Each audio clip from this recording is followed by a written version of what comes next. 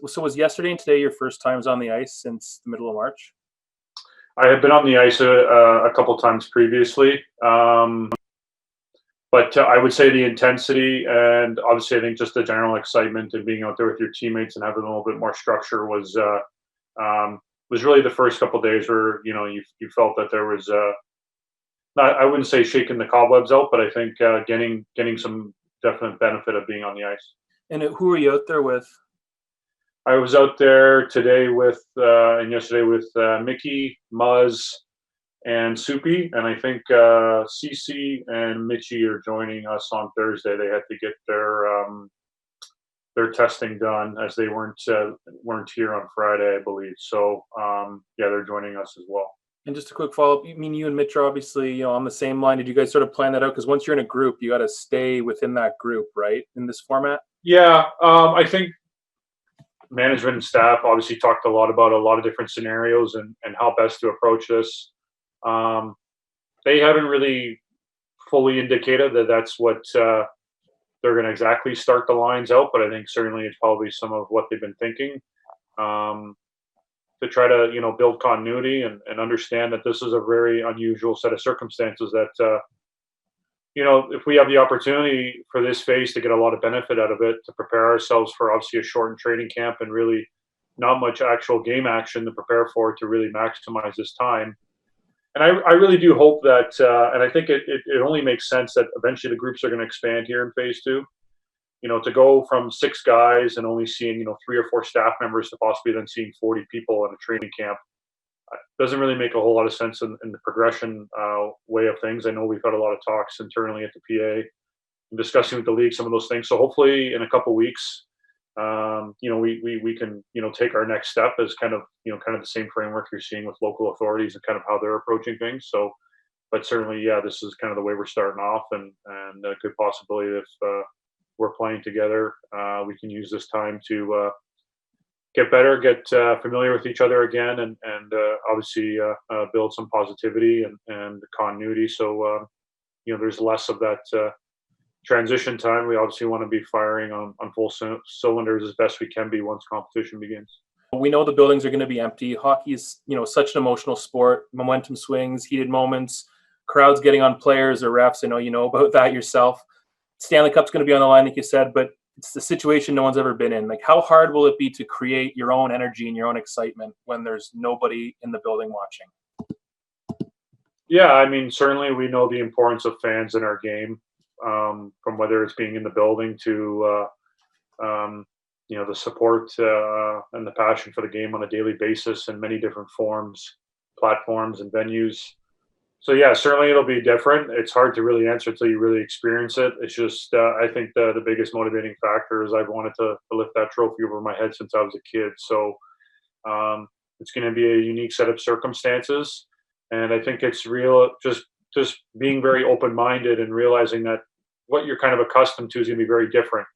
To not really let those kind of things bother you and just trying to stay focused on what you can control, best preparing yourself. And at the end of the day, you love to play this game and love to compete. So that all that is the same. The actual, what happens in between the boards is all going to be the same. So I think just trying to put yourself in a good place mentally, be in the moment, and understand there's still a lot to be played for. Where do you stand right now on anti-racism in hockey and maybe doing more to make hockey really for everyone? Yeah, well, I think certainly I need to do a better job of educating and listening and, being part of changing a lot of that culture and have a better understanding from, our black athletes, our black players, to our minority players and the challenges they face, and to really have a better understanding. I think we all wish we could have done a better job beforehand. Starting with myself, I think when you look yourself in the mirror, those are the first things you ask yourself. So certainly that's going to be a big focal point for myself, and trying to educate yourself the best you can, and develop a meaningful plan that has very good purpose to obviously eradicate this issue and something that we don't want in our game and our society.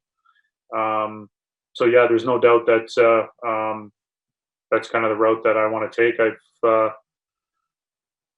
I communicate with Kyle Poso a little bit. Me and PK are trying to kind of connect with each other. I think it's just starting that conversation and trying to learn and educate yourself the best you can, and go from there, and listening from their experiences, and the things that they see and how best to implement certain things that can be actionable, and like I said, have a really good meaning and a deep purpose um, to get rid of this issue, something that obviously we don't want in our game and our society, and want to be as inclusive as possible.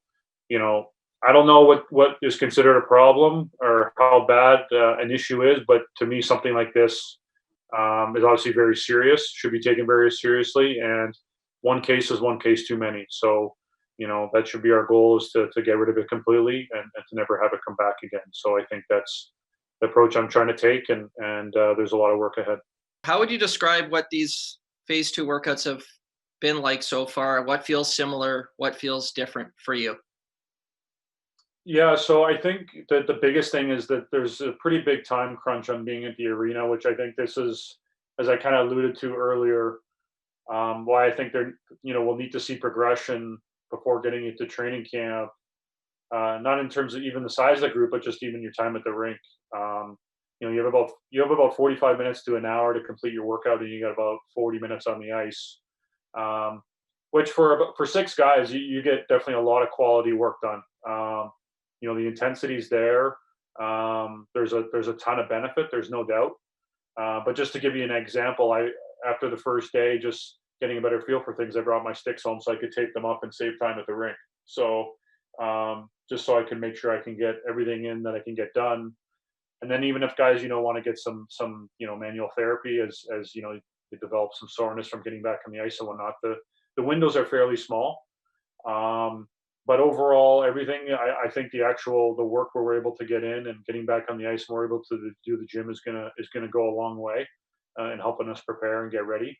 And hopefully, like I said, things continue to expand and we continue to adjust as things get better, and as we kind of move along in this process and getting back to competition. On the ice, we've been in just kind of brainstorming amongst the group, and then just using some guidance from our development staff, and some of the fundamentals. I think just to start, just skating, shooting, passing, and stick handling. Obviously, for our goalies to see shots and just get some different variety. Just getting a lot of touches, getting your feet back underneath you, and obviously, I think you're trying to get a sense on the volume and the intensity to get to kind of the cardiovascular, the training component to build up your cardio and your conditioning, especially with skating and being on the ice, the stuff that you can't really mimic in the gym or being off the ice. So that's kind of been the focus so far, and kind of going through it all. It's been fantastic just being back at the rink, even with a lot of the restrictions and different protocols that are in place. Seeing familiar faces from our staff, to being around a few of the guys again. It's been I can't even describe the first 2 days, just what it feels like being back in the facilities and being back around your teammates, even with the things that are going on. So I feel pretty fortunate to be back at it.